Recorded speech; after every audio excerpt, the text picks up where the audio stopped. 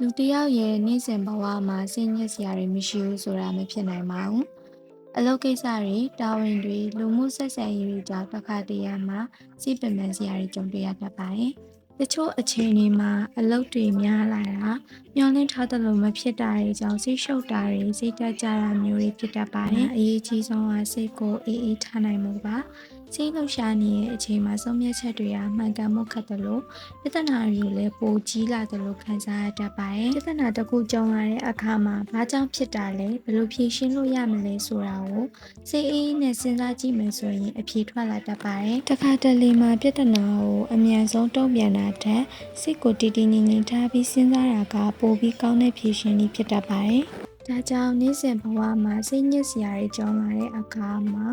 စိတ်ပူပန်ပြီးတုံ့ပြန်လိုက်တာထက်စိတ်ကိုအေးထားပြီးအခြေအနေကိုနားလည်စဉ်းစားဖို့ကြိုးစားကြရအောင်နော်စိတ်အေးထားနိုင်ခြင်းကပြဿနာဖြေရှင်းနိုင်မှုအတွက်အရေးကြီးတဲ့အင်အားတစ်ခုပဲဖြစ်ပါတယ်